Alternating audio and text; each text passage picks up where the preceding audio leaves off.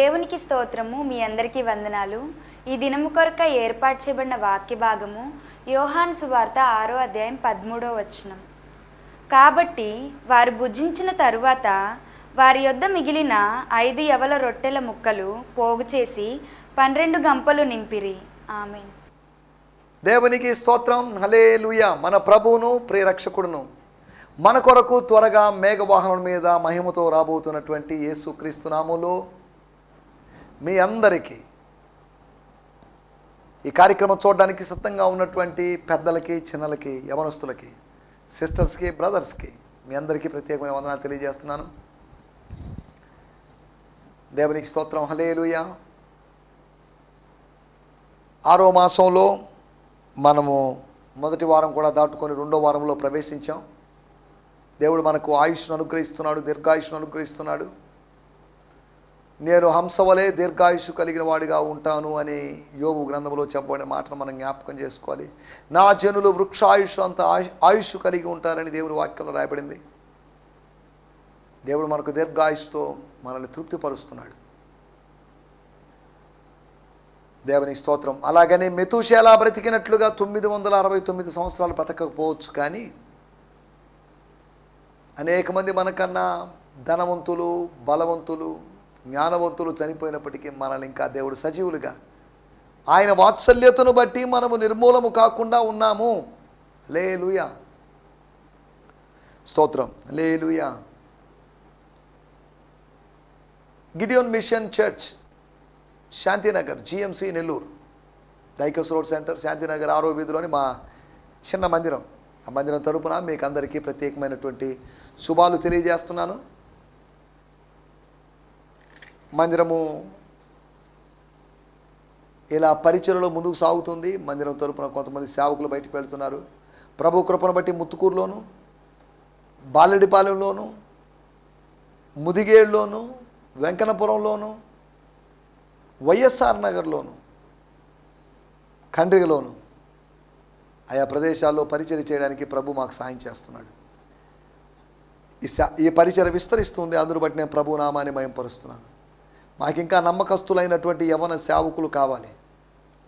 ఇండిపెండెంట్గా ఉన్నటువంటి యవన సేవకులు, డెడికేటెడ్గా ఉన్నటువంటి సేవకుల కోసం GFI, గిడియోన్ ఫెలోషిప్ ఇంటర్నేషనల్ అనేటువంటి సహవాసం ఎదురు చూస్తుంది. కనుక ఈ చిన్న సహవాసం కోసం ప్రత్యేకంగా ప్రార్థించాల్సిందిగా కోరుతున్నాను. ప్రభు కృపను బట్టి నెల్లూరు జిల్లాలో 32 మంది సేవకులు, 32 pastors are working with GFI in Nellore area, Nellore district. అంతేకాకుండా ఇక తెలంగాణలో ఒక 30 మంది సేవకులు, తెలంగాణలో ఇంచుమించు 3 జిల్లాల్లోని 30 మంది సేవకులు, అంతేకాకుండా ఇతర 4-5 జిల్లాల్లోంచి, అనగా గుంటూరు, ప్రకాశం జిల్లా, అంతేకాకుండా కృష్ణా జిల్లా, వెస్ట్ గోదావరి జిల్లాలో నుంచి ఇంచుమించు 50 మంది సేవకులు ఈ సహవాసంతో కలిసి పనిచేస్తున్నారు. ఈ సహవాసానికి నాయకుడిగా ఉండడానికి, ఈ సహవాసాన్ని కమిటీ మెంబర్స్తో కలిసి నడిపించడానికి దేవుడు నన్ను వాడుకుంటున్నాడు. నాయకుడు అని కాదు, పెద్ద బాస్ అని కాదు, నేను ఒక జత పనివాడిని. మేమందరం కలిసి పనిచేస్తున్నాం. సుమారు 120కి పైగా దేవుని సేవకులు ఈ సహవాసంలో పనిచేస్తున్నారు 2 రాష్ట్రాల్లో. మీరందరిని బట్టి నేను ప్రభు నామాన్ని మహిమపరుస్తున్నాను. హల్లెలూయా. God is good. దేవుడు ఎంతైనా గొప్పవాడు, దేవుడు ఎంతైనా నమ్మదగినవాడు. ఈ పరిచర్య యొక్క సరిహద్దులు ఇంకా విశాలపరచబడాలి. మీ అందరి ప్రార్థనలు మాకు అవసరం. స్తోత్రం. హల్లెలూయా. హల్లెలూయా. ఈ పరిచర్యను ప్రేమిస్తూ ప్రోత్సహించడానికి విదేశాల్లో ఉన్నటువంటి నా ప్రియ సహోదరులు, దేవుజనులు, రెవరెండ్ డాక్టర్ జాన్ కిమ్ గారు, అంతేకాకుండా పాస్టర్ సంకిమ్ గారు వీరున్నారు. వీరు అమెరికాలోని వేరు వేరు రాష్ట్రాల్లో ఉంటున్నారు. వీరు గత 2-3 సంవత్సరాలు మా మధ్యలోకి రాలేదు. ప్రభు చిత్తమైతే ఈ సంవత్సరం నవంబర్ నెలలో వారు వస్తారు. కనుక పాస్టర్ జాన్ కిమ్ గారు, పాస్టర్ సంకిమ్ గారి కొరకు ప్రత్యేకంగా ప్రార్థించాల్సిందిగా కోరుతున్నాం. 6 మంది కమిటీ మెంబర్స్, అంతేకాకుండా 5 మంది ఏరియా కోఆర్డినేటర్స్. ఇలా పరిచర్య సాగుతుంది. కాబట్టి పరిచర్య కొరకు ప్రత్యేకంగా ప్రార్థించాల్సిందిగా కోరుతున్నాం. దేవునికి స్తోత్రం. హల్లెలూయా. హల్లెలూయా. స్తోత్రం. మన దేవుని వాక్యాన్ని ధ్యానించుకుందాం. గత ఎపిసోడ్లో అనగా నిన్నటి దినము యోహాను సువార్త 6వ అధ్యాయము 7వ వచనంలోంచి కొన్ని లెక్కల గురించి ఆలోచించాం. లెక్కలు అవసరమే, కానీ అదే సమయంలో అనవసరమైన లెక్కలతో మనం కాలాన్ని వ్యర్థం చేసుకుంటున్నాం. అనవసరమైన లెక్క ఆంధ్రేయదని, క్షమించండి ఫిలిప్పుదని, అక్షరార్థమైన లెక్క ఆంధ్రేయదని, అంతేకాకుండా యేసు ప్రభు యొక్క లెక్క, లేకపోతే యోహాను సువార్తికుడి యొక్క లెక్క, 5,000 మంది అనేటువంటి ఆయన లెక్క, జనసంఖ్యని, లేకపోతే ఆ పాపులేషన్ని, అక్కడ ఉన్నటువంటి క్రౌడ్ని ఆయన కౌంట్ చేశాడు. ఇక్కడ రాయబడింది, బహుజనులు తన యొద్దకు వచ్చుట చూచి అని 5వ వచనంలో చూస్తున్నాం. 5,000 అంటే బహుజనులే. 5,000 అంటే ఇంకా బహుజనులు అనేదానికన్నా మల్టిట్యూడ్, గ్రేట్ మ్యాసివ్ క్రౌడ్ అనే మాట ఇంకా ఎక్కువ మందికి కూడా వర్తించేటువంటి అవకాశం, 10,000, 20,000 మందికి కూడా వర్తించే అవకాశం ఉంది. 4వదిగా అవసరమైన లెక్క ఒకటి ఉంది. ఇన్ని జరిగిన తర్వాత ఈ 3 వేరువేరు నంబర్స్ తర్వాత, 3 వేరువేరు క్యాలిక్యులేషన్ తర్వాత ఒక డిఫరెంట్ క్యాలిక్యులేషన్ వచ్చింది. అద్భుతము జరిగి జనులందరూ తిన్న తర్వాత, స్తోత్రం హల్లెలూయా, వాళ్ళు తిన్న తర్వాత చెప్పినట్లు మాట, నిజముగా ఈ లోకమునకు, మన లోకానికి, లేకపోతే ఈ భూలోకానికి, ఈ ఇజ్రాయెల్ దేశానికి రాబోయేటువంటి ప్రవక్త ఈయనే అని అర్థమైంది. ప్రవక్త పని భోజనం పెట్టడం కాదు, ఫుడ్ సప్లై చేయడం కాదు దేవుని యొక్క ప్రవక్త యొక్క ఉద్దేశం. దైవ వర్తమానాన్ని, పరలోకములో ఉన్న దేవుని వర్తమానాన్ని ప్రజలకు చేరవేయడం ఆయనకు పని. భోజనం పెట్టడం కాదు ఆయన పని. ప్రజలు కన్ఫ్యూజ్ అయిపోయినట్టుగా ఉన్నారు, దాంట్లోకి మనం ఇప్పుడు వెళ్ళలేదు. గత ఎపిసోడ్లో కొన్ని లెక్కలు అనే దాని గురించి, 4 లెక్కల గురించి మనం మాట్లాడుకున్నాం. ఈ సమయంలో మన ధ్యానం నిమిత్తమై యోహాను సువార్త 6వ అధ్యాయము 13వ వచనము, gospel according to John 6th chapter verse 13. ఈ కార్యక్రమాన్ని ఎవరైనా మొట్టమొదటిసారిగా చూస్తున్నట్లయితే మీకు ప్రత్యేకమైన వందనాలు తెలియజేస్తున్నాను. May God bless you. ఈ కార్యక్రమాన్ని తరచుగా చూడండి. దయచేసి వాట్సాప్ యూస్ చేసేవాళ్ళు ఈ కార్యక్రమాల లింకులు మీ ఫ్రెండ్స్కి షేర్ చేయండి. అవసరమైతే ఈ లింకులు మీ స్టేటస్లో పెట్టుకోండి, దాని ద్వారా చూస్తారు, ఎవరైనా కొత్త వారు చూసి దీవించబడతారనేది నా యొక్క ఉద్దేశం. యోహాను సువార్త 6వ అధ్యాయము 13వ వచనం, కాబట్టి వారు భుజించిన తరువాత వారి యొద్ద మిగిలిన 5 యవల రొట్టెల ముక్కలు పోగు చేసి 12 గంపలు నింపిరి. 12 గంపలు నింపిరి. The disciples filled up 12 baskets of fragments, a basket of leftover for each disciple అని ద ప్యాషన్ తర్జుమాలో, TPT అనేటువంటి తర్జుమాలో ఉంది. ద ఫాదర్స్ లైఫ్ న్యూ టెస్టిమెంట్లోంచి చదువుతాను, దాని తర్వాత వాడుక భాషలోని బైబిల్లోంచి కూడా, తెలుగు బైబిల్లోంచి కూడా నేను చదువుతాను. మన సోదరి పాప చదువుతుంది. యోహాను సువార్త 6వ అధ్యాయము 13వ వచనంలో రాయబడిన మాట, so they gathered them up, them అంటే leftovers. So they gathered them up and filled 12 baskets with broken pieces from the 5 barley loaves.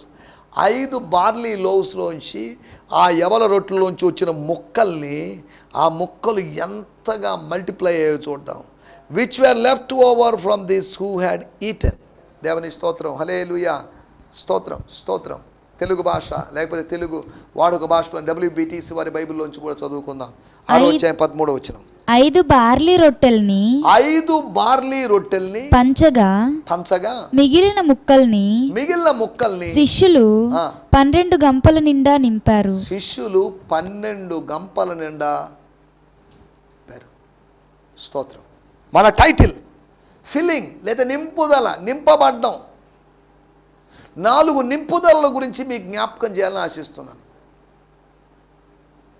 ఏంటి 4 నింపుదలలు? పరిశుద్ధాత్మ నింపుదల గురించి కాదు. పరిశుద్ధాత్మ నింపుదల మనకు కావాలి. ఆత్మచేత నింపబడుతూనే ఉండాలి. 4 ఫీలింగ్స్ గురించి మీకు జ్ఞాపకం చేస్తాను. ఈ మాట చెప్పినప్పుడు కీర్తన గ్రంథము 23వ అధ్యాయంలో మాట నాకు గుర్తొస్తుంది. నా గిన్నె నిండి పొర్లుచున్నది, my cup is running overflow అవుతుంది కప్. అనగా నా పాత్రలో అనేకమైన దీవెనలు ఉన్నాయి, ఇతరులకు సరిపడేటువంటి దీవెనలు ఉన్నాయి. 23వ కీర్తనలో కీర్తనాకారుడు చెప్పిన విషయం మనకందరికీ తెలిసిందే. గొర్రె బొచ్చును పెండగా గిద్యోను అనేటువంటి ఆయన ఒక పాత్ర నిండినట్టుగా మనం చూస్తున్నాం. దేవుని స్తోత్రం. నేను చదువుతున్నాను. స్తోత్రం. హల్లెలూయా. You become my delicious feast even when my enemies dare to fight. You anoint me with the fragrance of your Holy Spirit. You anoint me with the fragrance of your holy. నీ పరిశుద్ధాత్మ యొక్క సువాసన చేత నువ్వు అభిషేకిస్తావు. You give me all I can drink of you until my cup overflows. దేవుని స్తోత్రం. హల్లెలూయా. Your cup cheers me like the best wine or my Chalisa that inebriates me how good it is అని లాటిన్ వల్గేట్లో ఉన్నటువంటి తర్జుమా. స్తోత్రం. Your cup cheers me like the best wine. కప్పులో, ఈ పాత్రలో శ్రేష్టమైన పాత్రలో శ్రేష్టమైన ద్రావకం, ద్రవ పదార్థము లేదా పానీయము, ద్రాక్షారసం ఉండడాన్ని బట్టి నేను సంతోషపడుతున్నాను అని తర్జుమా. ఎందుకు చెప్తున్నానంటే నీ పాత్ర నింపబడాలి, నిండాలి. రక్షణ పాత్రను చేతబుచ్చుకొని అనగా సంపూర్ణ రక్షణ అనుభవం మనం కలిగి, రక్షణ నిశ్చయిత కలిగి, రక్షణ ఆనందం కలిగి. దేవుని స్తోత్రం. హల్లెలూయా. నింపుదల గురించి మనం మాట్లాడుకుంటున్నాం. నింపుదల గురించి మాట్లాడుతున్నప్పుడు ఆదికాండము 1వ అధ్యాయము నింపుదల గురించి మాట్లాడుతుంది, ఫిల్లింగ్ గురించి మాట్లాడుతుంది. ఫీలింగ్ కాదు, ఫిల్లింగ్. శూన్యముగా ఉన్నటువంటి సృష్టిని చూచి దాన్ని వదిలివేయకుండా, అలక్ష్యం చేయకుండా ఆ శూన్యతను పోగొట్టడానికి, ఆ ఎంటీనెస్ను పోగొట్టడానికి దైవస్వరము ఆపరేట్ అయింది, దైవస్వరం పనిచేసింది, దైవస్వరం వినబడింది. కలుగునుగాక, లెట్ ఇట్ బి. కలగాలి. నీ శూన్యతలో ఏదో కలగాలి. నీ ఏమి లేని తనములో, నీ ఖాళీ అయిన పాకెట్లో, నీ ఖాళీ అయిన అకౌంట్లో ఏదో ఒకటి కలగాలి. ఏదోటి కలిగి లాభలేదు, అవసరమైందే కలగాలి. కలుగునుగాక అన్నప్పుడు కలగాల్సినవే కలిగాయి. కలిగించిన వాడు, కలిగించాలనుకుంటున్నవాడు కలగాల్సిన వాటినే కలిగించేశాడు. కలుగునుగాక అన్నాడు. స్తోత్రం. హల్లెలూయా. హల్లెలూయా. కలిగే అవకాశం ఉంది కాబట్టి కలుగునుగాక అన్నాడని కాదు. కలిగే అవకాశం లేనప్పటికీ కూడా ఆయన కలుగునుగాక అని చెప్పగలడు. పాసిబిలిటీ లేదు. అప్పిచ్చేవాళ్ళు ఎవరు లేకపోవచ్చు, సహాయం చేసేవాళ్ళు ఎవరు లేకపోవచ్చు, లోన్ ఇచ్చే బ్యాంక్ లేకపోవచ్చు, కానీ దేవుడు కలుగునుగాక అన్నప్పుడు అది కలిగి తీరుతుంది. కలుగునుగాక అన్న తర్వాత మొదటి రోజుది విషయము రెండో రోజు కలిగిందని, రెండో రోజు చెప్పబడింది మూడో రోజు కలిగిందని, మూడో రోజు చెప్పబడింది నాలుగో రోజు కలిగిందని, లేదా నాలుగో రోజు చెప్పబడింది ఐదో రోజు కలిగిందని, ఐదో రోజు నో, ఏ రోజుకి ఆ రోజు కలిగాయి. స్తోత్రం. మొదటి రోజుది మొదటి రోజే కలిగింది, రెండో రోజుది రెండో రోజు, మూడో రోజుది మూడో రోజు, నాలుగో రోజుది నాలుగో రోజు. ఏ దినానికి కావలసిన వాటిని దేవుడు నీకు కలిగిస్తాడు. లేని వాటిని సృష్టించి నీకు ఇవ్వగలిగిన దేవుడు. లేనివంటూ లేదు, దేవుడు సమస్తమును సృష్టించాడు. లేని ఏ విషయాన్ని ఆదాము ప్రస్తావించలేకపోయాడు. కారణం ఏంటంటే దేవుని యొక్క అనంత జ్ఞానం ముందు ఆదాము యొక్క అల్ప జ్ఞానం పనిచేయలేదు. ప్రభువా నాకు ఒక స్త్రీని సృష్టించలేదే అని ఒకళ్ళు అనుకోని ఉండొచ్చేమో, కానీ రే బాబు స్త్రీని సృష్టించాను, ఆ స్త్రీ నీకు కనిపించలేదు, అదృశ్యంగా ఉంది, లేకపోతే మర్మంగా ఉంది, దాగి ఉంది అంటే దాని అర్థం లేదు అని కాదు. దాని అర్థం దేవుడు మన కోసం మేళ్ళు దాచి ఉంచాడు అంటే దాని అర్థం ఆ మేళ్ళు లేవని కాదు. మేళ్ళు దాగి ఉన్నాయి, మన కంటికి కనబడలేదు, మన చెవికి వినబడలేదు, మన హృదయమునకు గోచరము కాలేదు, కానీ అవి ఉన్నాయి. స్తోత్రం. అవి ఆత్మ ద్వారా దేవుడు మనకు బయలుపరుస్తాడు. ఉన్నవి అని, ఉన్న వాటిని క్లెయిమ్ చేయాలి, ఉన్న వాటిని ఆరోపించాలి, ఉన్న వాటిని స్వీకరించాలి, ఉన్న వాటిని అందుకోవాలి. స్తోత్రం. హల్లెలూయా. హల్లెలూయా. నేను ఇవన్నీ ఎందుకు చెప్తున్నానంటే నింపుదల గురించి మాట్లాడుతున్నాం. మనల్ని మనం నింపుకోవడానికి, మన కడుపులో మనం నింపుకోవడానికి ప్రయత్నం చేస్తాం. దేవుడు మన ఆత్మను నింపాలని ప్రయత్నం చేస్తున్నాడు. స్తోత్రం. తాను నింపినదే కాకుండా మానవుడితో చెప్పాడు, ఇంకా సరిపోదు, ఈ నింపుదల సరిపోదు, ఈ ఫిల్లింగ్ సరిపోదు, భూమిని నిండించండి. నీకేదైనా ఇంకా శూన్యంగా ఉన్నట్టు కనిపిస్తే ఆయన శ్రమలలో కొదవుగా ఉన్న వాటిని నేను తీర్చాలి. కొలసీ పత్రిక 1వ అధ్యాయంలో అపోస్తలుడు ఏమన్నా ఏదైనా కొదువుగా ఉంటే వాటిని నా శరీరం ముందు నేను రెడీగా వాటిని తీర్చడానికి సిద్ధంగా ఉన్నాను అన్నట్టుగా పౌలు మాట్లాడాడు. స్తోత్రం. హల్లెలూయా. మనం ఇక్కడ ఆలోచిస్తున్న విషయాల్లోకి వచ్చేద్దాం. 4 నింపుదలల గురించి మీకు జ్ఞాపకం చేస్తాను. మొట్టమొదటి మాట 13వ వచనంలో మనం చదువుకున్న మాటే, కాబట్టి వారు భుజించిన తర్వాత, అనగా శిష్యులు భుజించిన తర్వాత, శిష్యులు మాత్రమే కాదు, శిష్యులు జనసమూహం ఆకలిగా ఉన్న వారందరూ భుజించిన తర్వాత, అరే ఇది రొట్టెలు ఎలా వచ్చాయి? ఆ పిల్లవాడి దగ్గర 5 రొట్టెలు ఉన్నాయి, 2 చేపలు ఉన్నాయి. వీళ్ళు అడగడం ఏంటి? నా దగ్గర పెద్దవాళ్ళు వచ్చి నా దగ్గర వచ్చి రొట్టెలు అడిగి తీసుకొని పోవడం ఏంటి? తీసుకొని పోయి ఆయన చేతిలో పెట్టడం ఏంటి? ఆయన అందరూ తినడం ఏంటి?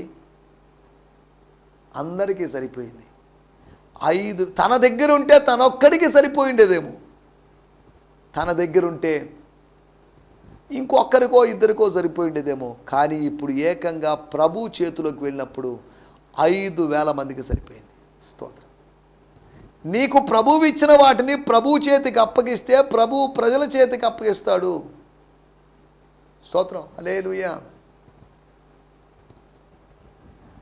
ప్రభు తనకిచ్చిన కుమారుణ్ణి ప్రభు చేతికి తిరిగి అప్పగించినప్పుడు ఆ వ్యక్తిని ప్రభు ప్రజల కోసం అప్పగించాడు, లేకపోతే ప్రజల కోసం వాడుకున్నాడు. ప్రజలు ప్రభు వాక్కును పొందడం కోసం ఒక ప్రవక్తగా అతన్ని చూచి ప్రవక్తలాగా అతన్ని భావించి అతన్ని ప్రవక్తగా స్వీకరించారు. దేవునికి స్తోత్రం. హల్లెలూయా.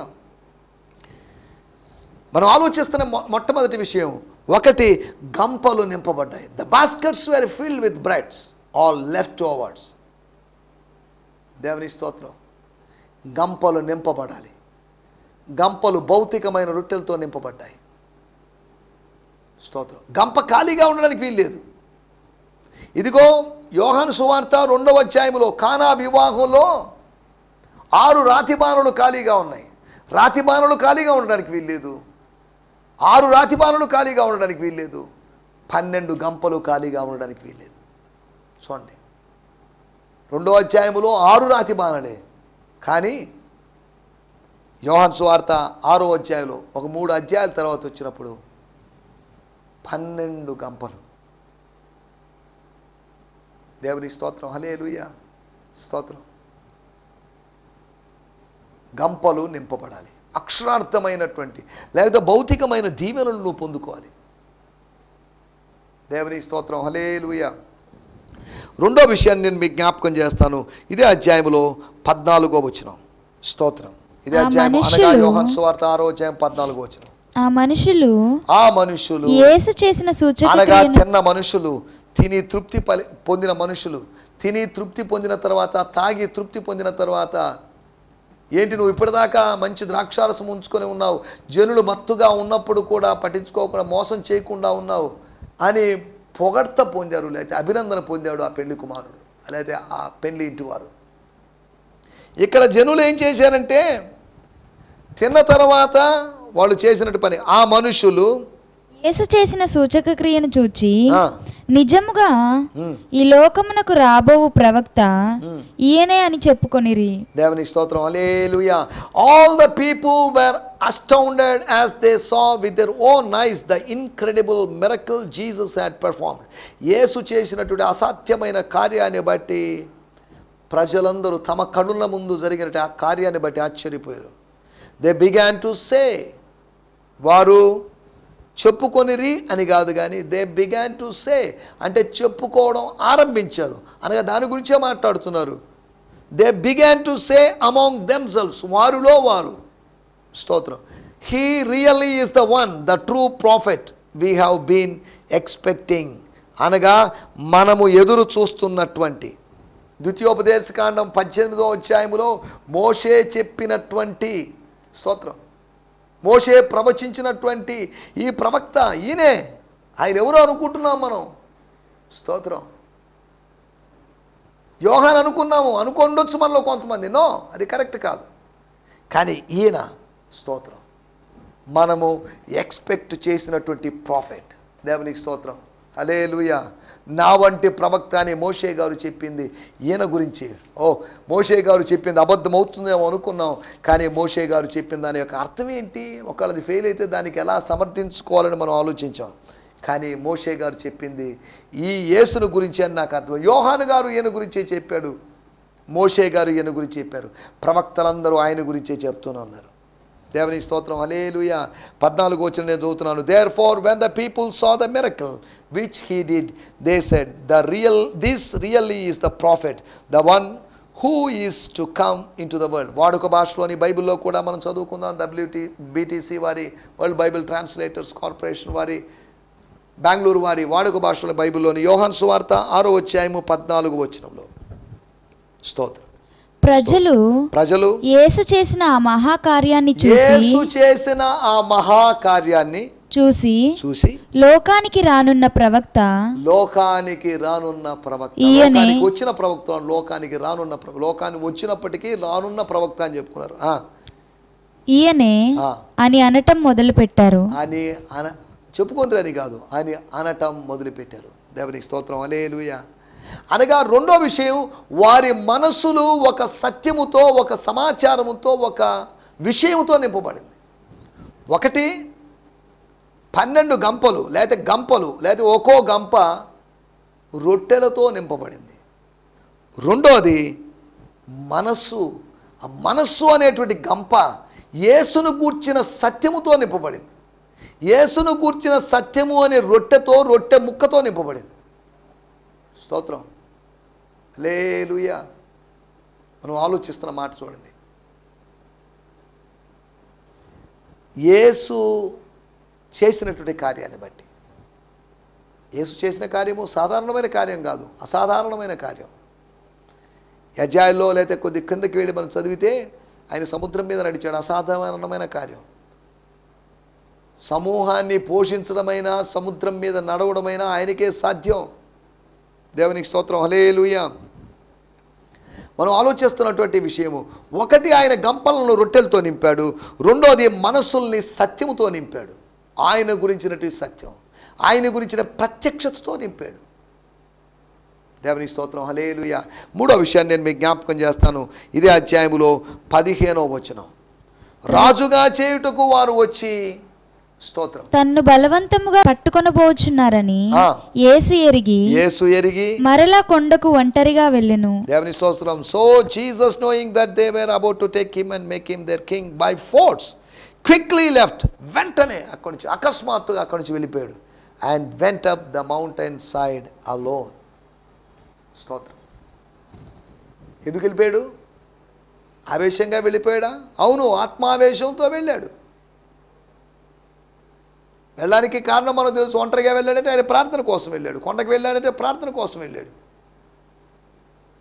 స్తోత్రం, హల్లెలూయా. మూడో విషయము మనం ఆలోచిస్తున్న విషయము, ఒకటి గంపలు రొట్టెలతో నింపబడ్డాయి, రెండోది మనస్సులు సత్యములతో నింపబడ్డాయి. ఏదో ఒప్పుకోలుతో నింపబడింది, కన్ఫెషన్తో నింపబడింది. దేవుని స్తోత్రం, హల్లెలూయా. మూడో విషయము, యేసు ప్రభు యొక్క ఆత్మ భారముతో నింపబడింది.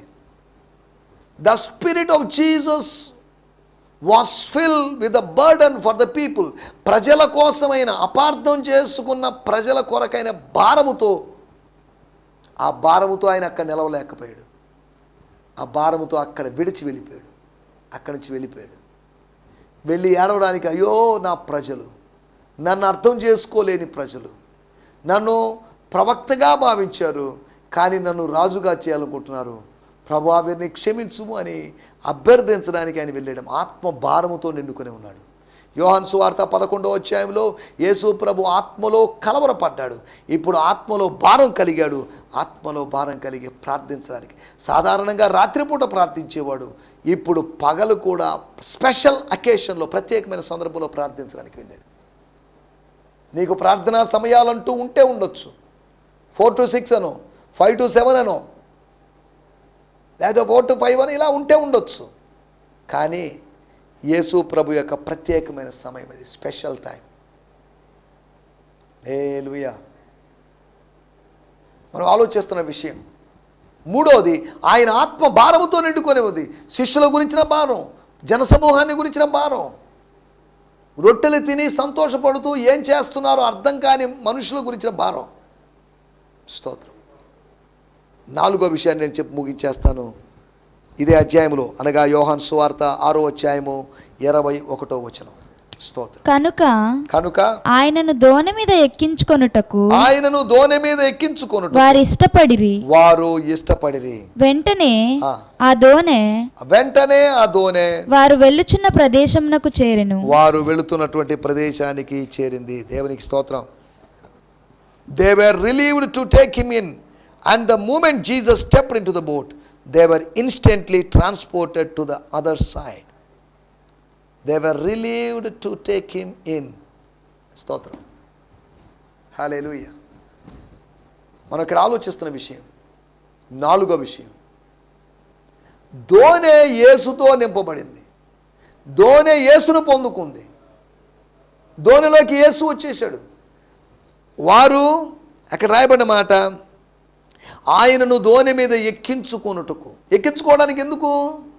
ఆయన యేసు అని తెలిసింది కాబట్టి, దెయ్యం కాదు భూతం కాదని తెలిసింది కాబట్టి ఎక్కించుకోవడానికి ఇష్టపడ్డారు. వారితో కలిసి ప్రయాణం చేయడానికి, యేసుతో కలిసి ప్రయాణం చేయడానికి. మాతో బస చేయమని అడిగారు 2 శిష్యులు. ఇప్పుడు ఈ 12 మంది అంటున్నారు, పర్లేదు ఎక్కువ, no problem, join with us. నీళ్ళ మీద నడిచింది చాలు, ఇప్పుడు దోణిలో వచ్చి విశ్రాంతి తీసుకోమన్నట్లుగా. దేవునికి స్తోత్రం. హల్లెలూయా. నా మాటలు ఇక్కడ ముగించేస్తున్నాను. దోణి యేసుతో నింపబడిందంటే దోణి అంతా యేసు ప్రభు సరిపోయాడని కదా దాని అర్థం. The boat contained Jesus. Boat had Jesus. యేసును కలిగి ఉంది. స్తోత్రం. మన జీవిత దోణి యేసును కలిగి ఉండాలి. మన ఆత్మ దోణి పరిశుద్ధాత్మను కలిగి ఉండాలి. స్తోత్రం. హల్లెలూయా. దేని చేత నింపబడుతుంది? నీ దోణి దేని చేత నింపబడుతుంది? నీ మనసు దేని చేత నింపబడుతుంది? నీ ఆత్మ దేని చేత నింపబడుతుంది? నీ గంప దేని చేత నింపబడుతుంది? దేవుని స్తోత్రం. దయచేసి కళ్ళు మూసుకోండి, చిన్న ప్రార్థన చేసుకుందాం. పరిశుద్ధమైన మా దేవా, మీకు వందనాలు. మీరు మాకు వినిపించిన మాటల కొరకే మీకు వందనాలు చెల్లిస్తున్నాం. నింపబడ్డం అనే దాని గురించి మేము ఆలోచించాం. గంపలు రొట్టెలతో నింపబడ్డాయి, మనసులు సత్యంతో నింపబడ్డాయి, నీ ఆత్మ భారముతో నింపబడింది. శిష్యుల యొక్క దోణె నీతో నింపబడింది. కాబట్టి ఇటువంటి నింపుదల అనుభవాలతో మేము ముందుకు సాగుటూ సాయం చేయమని సకల ఘనత మహిమా ప్రభావాలు మీకు ఆరోపిస్తూ యేసు క్రీస్తు నామములోనే ప్రార్థించగలుగుతున్నాం పరమ తండ్రి. ఆమేన్. ఆమేన్. ఆమేన్. దేవునికి స్తోత్రం. మీ అందరికీ వందనాలు. ప్రభు మిమ్మల్ని దీవించునుగాక. ప్రభు చిత్తమైతే రేపు ఉదయకాలము ఇదే సమయంలో మనం కలుసుకుందాం, ఇదే ఛానల్లో కలుసుకుందాం. అప్పుడు దేవుని మాటలు మరింతగా మాట్లాడుకొని దేవుని నామాన్ని మహిమపరుచుకుందాం. హల్లెలూయా. ఈ సందేశము మీకు ఆశీర్వాదకరంగా ఉందని నమ్ముచున్నాము. ప్రార్థన అవసరతల కొరకు మమ్మల్ని సంప్రదించవలసిన మా చిరునామా గిద్యోన్ మిషన్ చర్చ్, 6వ వీధి, శాంతినగర్, నెల్లూరు 4, ఆంధ్రప్రదేశ్. పిన్ 524004. మా ఫోన్ నంబర్లు 7036443613 మరి ఒక నంబర్ 9392293010. మా ఈమెయిల్ ఐడి gfihmi2015@gmail.com. దేవుడు మిమ్మును ఆశీర్వదించునుగాక. ఆమేన్.